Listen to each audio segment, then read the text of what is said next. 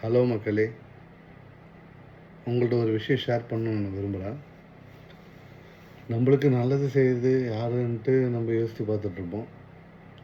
நிறைய அரசியல் கட்சி இருக்குது, எல்லாருமே பண்ணுறாங்க. நான் விஜய் சாரை ஆரம்பத்துலேருந்து நோட் பண்ணிட்டு தான் இருக்கேன். எனக்கு விஜய் சார் பிடிக்காதுன்னு சொல்ல முடியாது, பிடிக்கும்னு சொல்ல முடியாது. எனக்கு அஜித் ரொம்ப பிடிக்கும், அஜித்தோடைய ஃபேன் நான். அவர் ஆரம்பத்துலேருந்து பண்ணுறதெல்லாம் பார்த்து அப்சர்வ் பண்ணி, அரசியலை பற்றி தெரியாது எனக்கு, அரசியலே தெரியாது. அரசியலை பற்றி நான் தெரிஞ்சுக்கிட்டதே விஜய் அரசியல் வந்ததுக்கப்புறம் தான். நம்மளுக்கு தெரியும், அரசியல்னால் ஏமாற்றுவாங்க, பொய் சொல்லுவாங்க, பொய் பிரச்சாரம் பண்ணுவாங்க.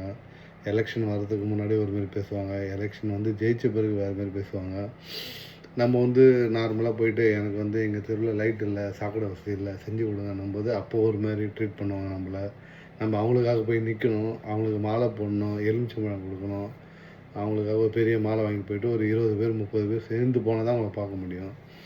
ஆனால் எலெக்ஷன் அப்போ அவங்க ஈஸியாக நம்மளை பார்த்துட்டு எனக்காக ஓட்டு போடுங்க, நான் அவங்களுக்காக எல்லாமே செய்கிறேன்ட்டு கையெழுத்து கும்பிடுவாங்க. அப்படி பார்க்காம நார்மலாக பார்க்கும்போது விஜய்ன்றவர் அரசியலுக்கு வந்தார், பிரச்சாரம் பண்ணார், ஏதோ ஒரு அசம்பாவிதம் நடந்து போச்சு. அந்த அசம்பாவிதத்தை எப்படி டீல் பண்ணாருன்றதை முழுமையாக நம்ம பார்த்தோம். அதில் பாதிக்கப்பட்டவங்களுக்கு எப்படி ஹெல்ப் பண்ணாருன்றதை பார்த்தோம். இப்படிப்பட்ட ஒரு தலைவர் தான் கண்டிப்பாக நம்மளுக்கு வேணுன்றதை நான் விரும்புகிறேன்.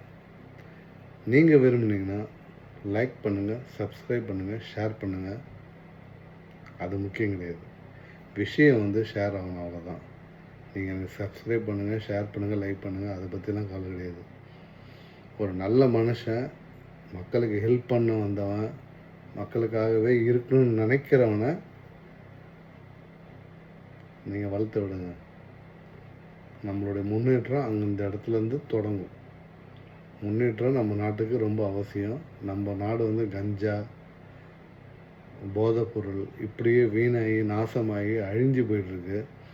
இதுலேருந்து நம்ம மீட்டு எடுக்கிறதுக்கு எவனா ஒருத்தவன் எப்பயாச்சும் தான் வருவான். அதை நான் விஜயாக நினைக்கிறேன்.